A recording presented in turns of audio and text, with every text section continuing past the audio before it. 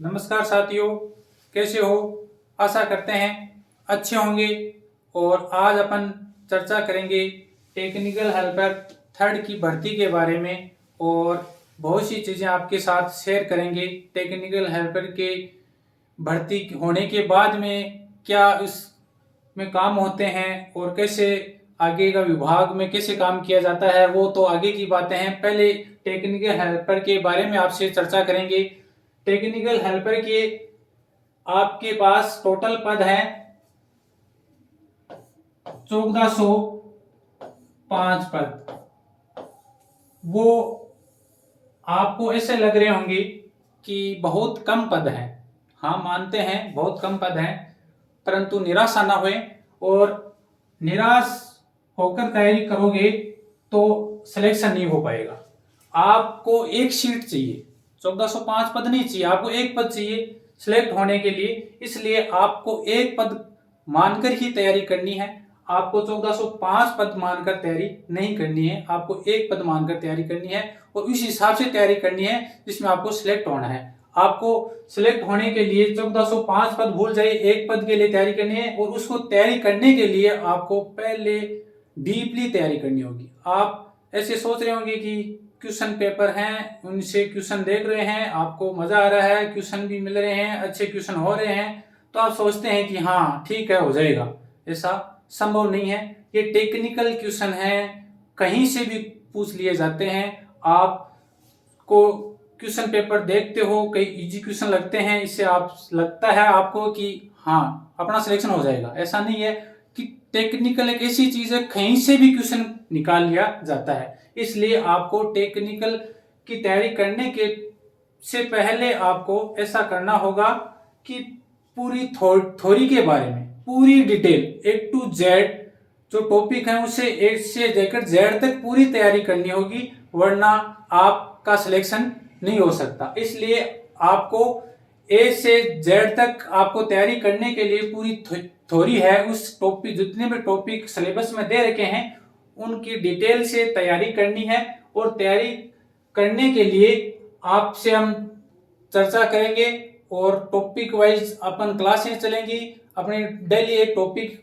की क्लासें होंगी और टॉपिक वाइज क्लास पूरा टॉपिक होने के बाद में उसके ऑब्जेक्ट टाइप क्वेश्चन आएंगे, कैसे क्वेश्चन आते हैं एग्जाम में और कैसे एग्जाम में क्वेश्चन देने बैठने के बाद में कैसे क्वेश्चन को हल करना है, क्वेश्चन को कैसे पढ़ा जाता है। क्वेश्चन आपको पढ़ने में ऐसा लगता है क्वेश्चन बहुत इजी होते हैं, पर सोचने का तरीका और क्वेश्चन के ऑप्शन पर डिपेंड करता है। बहुत इजी क्वेश्चन आते हैं, पर अपन क्या करते हैं जल्दबाजी में क्वेश्चन आते हुए भी 10 ऐसे क्वेश्चन होते हैं जो बंदे क्लास एग्जाम देने के बाद बाहर आते हैं और चर्चा करते हैं, यार ये मेरा गलत हो गया, ये तो बहुत इजी था, गलत क्यों हुआ? क्योंकि आप जब क्वेश्चन पेपर पढ़ते हो उस समय ये चीज नहीं देखते कि क्वेश्चन में पूछा क्या है और क्वेश्चन के ऑप्शन क्या हैं।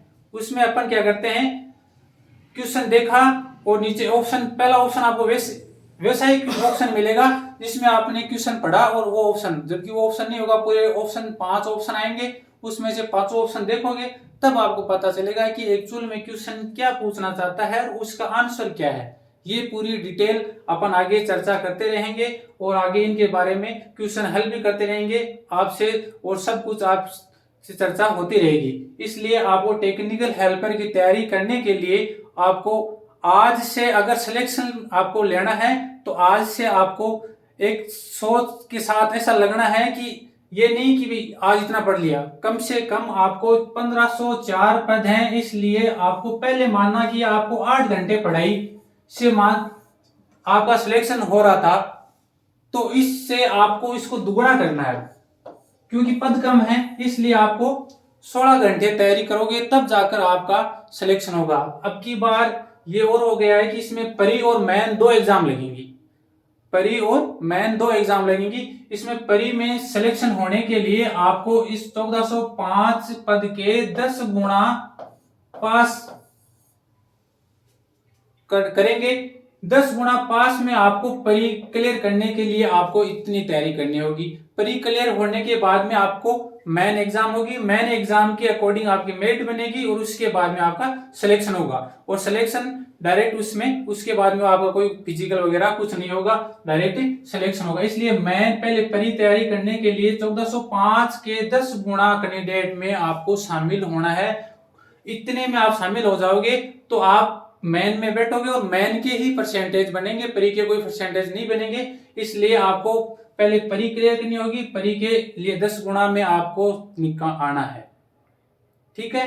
और इसके बाद में अपन इस चर्चा पदों के बारे में अपन चर्चा होगी, इसके बाद में अपन टॉपिक से आप चर्चा करते रहेंगे और मिलते रहेंगे, और टॉपिक के बारे में अपन डिटेल से पहला टॉपिक, जो ये नहीं है कि अपने को पहला टॉपिक हो गया डीसी थ्योरी, कई क्लास होती है एसी थ्योरी, बीच में से ट्रांसफार्मर ले आते हैं, कोई अच्छा टॉपिक होता है वो ले आते हैं, अपन वैसा कुछ नहीं करेंगे। अपन जो टेक्निकल से फर्स्ट टॉपिक से लेकर लास्ट टॉपिक तक सीरियल से पढ़ेंगे। ये नहीं कि आपको इजी टॉपिक है वो पहले पढ़ा देंगे, नहीं, सब सीरियल से टॉपिक पढ़ेंगे और टॉपिक वाइज पहले पढ़ेंगे, उसके बाद में उसके क्वेश्चन हल होंगे और उसके बाद में दूसरा टॉपिक स्टार्ट होगा। ऐसा नहीं है कि इसको बीच में छोड़ देते हैं और अगला टॉपिक करेंगे, ऐसा कुछ नहीं होगा। अपन डिटेल से पढ़ेंगे और आपको तैयारी करने के लिए आप ऐसा सोच लो कि 1405 पद हैं और 1405 पद में आपको एक पद लेना है। एक पद लेने के लिए आप ये ऐसा मत सोचो कि 4 लाख फॉर्म भरे जाएंगे, 5 लाख फॉर्म भरे जाएंगे, वो पद बहुत कम है, ऐसा कुछ नहीं सोचना। आपको एक पद चाहिए, फॉर्म कितने भरे जाएंगे उसमें आप ऐसा मत सोचो, क्योंकि आईटीआई वाले बंदे इसमें फॉर्म भरेंगे और आईटीआई कॉलेज में मैं जहां तक जानता हूं आईटीआई कॉलेजों की हालत यह है कि 70% बंदे आईटीआई कॉलेज में जाते ही नहीं हैं, जिनकी तैयारी अब से जीरो है, वो जीरो से स्टार्ट होंगे। और जीरो से स्टार्ट होने के लिए आपको मेहनत कितनी करनी पड़ेगी? इन बंदों से 70% लोग ऐसे हैं, इन बंदों से आपको 2 गुना या 5 गुना मेहनत करनी पड़ेगी। जो 70% है उनकी भी बात मैं कर रहा हूं, उनको आप इन बंदों से 30% बंदों से आपको इनसे 5 से 10 गुना मेहनत अधिक करनी पड़ेगी। आपका भी सिलेक्शन होगा, परंतु आपको इनसे ज्यादा मेहनत करनी पड़ेगी। और इनसे ज्यादा मेहनत करने के लिए आपको पहले आईटीआई की जो स्टार्टिंग स्टेज होती है उससे जीरो से आपको पढ़ना होगा। अब जीरो से आप पढ़ोगे तो जाके आपको टॉपिक समझ में आएगा, और एक टॉपिक वाइज पढ़ोगे तब जाके समझ में आएगा। आप पहले जाते ही आप कोचिंग में जाते हो, आपको पहले ट्रांसफार्मर हुआ, स्लाइडें दिख रही हैं, मजा आ रहा है, हाँ बहुत अच्छा है, कुछ समझ में नहीं आ रहा। इसलिए होगा क्योंकि आप पहले कॉलेज नहीं गए, और कॉलेज नहीं गए तो इसका मतलब टेक्निकल टॉपिक ऐसे हैं कि एक टॉपिक दूसरे टॉपिक से जुड़ा है। अगर आपने पहला टॉपिक नहीं पढ़ा तो दूसरा टॉपिक आपके समझ में कतई नहीं आएगा। इसलिए आप सोच लो कि टॉपिक पहले से लेकर लास्ट तक आईटीआई में जो टॉपिक आते हैं उनको सीरियल से पढ़ना है, और सीरियल से पढ़ोगे तो भी आगे जाके अगले वाला टॉपिक समझ में आएगा। अगर पहला टॉपिक नहीं पढ़ोगे, दूसरे टॉपिक में आप डायरेक्ट क्लास लेना चाहते हो, वो आपके बिल्कुल समझ में नहीं आएगा। क्यों कि आपका पहला टॉपिक से जुड़ा ही दूसरा टॉपिक है, दूसरे से तीसरा आगे से कड़ी में जुड़े हुए हैं, क्योंकि ये टेक्निकल पार्ट है। टेक्निकल पार्ट एक से दूसरा पार्ट आगे जुड़ा हुआ है, इस पार्ट जुड़कर सारी मशीनें बनी हैं और मशीनों से आपके क्वेश्चन आते हैं। इसलिए आपको एक एक पार्ट के बारे में पढ़ना होगा, तब जाके मशीन के बारे में समझोगे।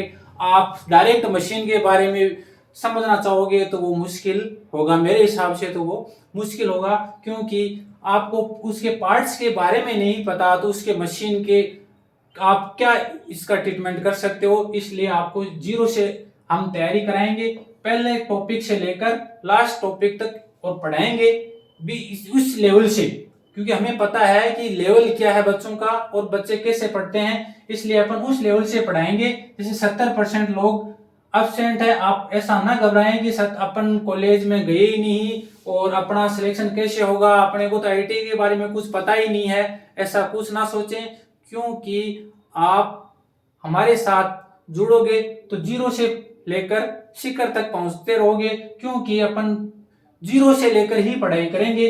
क्योंकि वहां तक जाने के लिए पहले आईटी से जैसे पढ़ते हो वो पढ़ेंगे, उसके बाद में उसका थोड़ा सा स्टैंडर्ड बढ़ाएंगे और थोड़ा और लेवल लेंगे। ऐसे करते करते अपन स्टैंडर्ड बढ़ाते जाएंगे और आपको एग्जाम में कैसे बैठ करना है, कुछ करना है, सब सारी डिटेलें बताई जाएंगी। इसलिए आप घबराएं नहीं और आराम से फ्री माइंड होकर रोज क्लास देखते रहें और लाइक करते रहें, शेयर करते रहें। और क्लास का इतना मजा तब आएगा तब आप रेगुलर क्लास लोगे। मैं तो पहले कह रहा हूं और अब भी कह रहा हूं कि अगर आप रेगुलर क्लास अटेंड नहीं करोगे तो आपको न तो पढ़ने में मजा आएगा और न कुछ आपको समझ में आएगा। ये क्लियर कह रहा हूं, क्योंकि आप ये नहीं है कि पहला टॉपिक पढ़ लिया और लास्ट में ट्रांसफार्मर वाला टॉपिक आप पढ़ना चाहते हो तो आपके कुछ समझ में नहीं आएगा। अगर आपको पेपर क्लियर करना है तो पहले से लेकर लास्ट टॉपिक तक और पर डे जो क्लास होंगी वो रोज क्लास लेनी होगी। अगर एक भी क्लास मिस हो जाएगी तो अगली वाली क्लास बिल्कुल समझ में नहीं आएगी, ये मेरी गारंटी है। क्योंकि एक टॉपिक दूसरे टॉपिक एक एक चैन जुड़ी हुई है, अगर चैन मिस हो गई तो आपकी समझ में मुश्किल आएगी मेरे हिसाब से। तो इसलिए आप टेंशन ना लें और अपन जीरो से बेस्ट टॉपिक से स्टार्ट करेंगे और अपनी क्लास में रेगुलर जुड़े रहे और आगे आशा करते हैं वो आप बहुत ज्यादा संख्या में जुड़ोगे और आगे हम अपनी क्लास नेक्स्ट क्लास लेते हैं।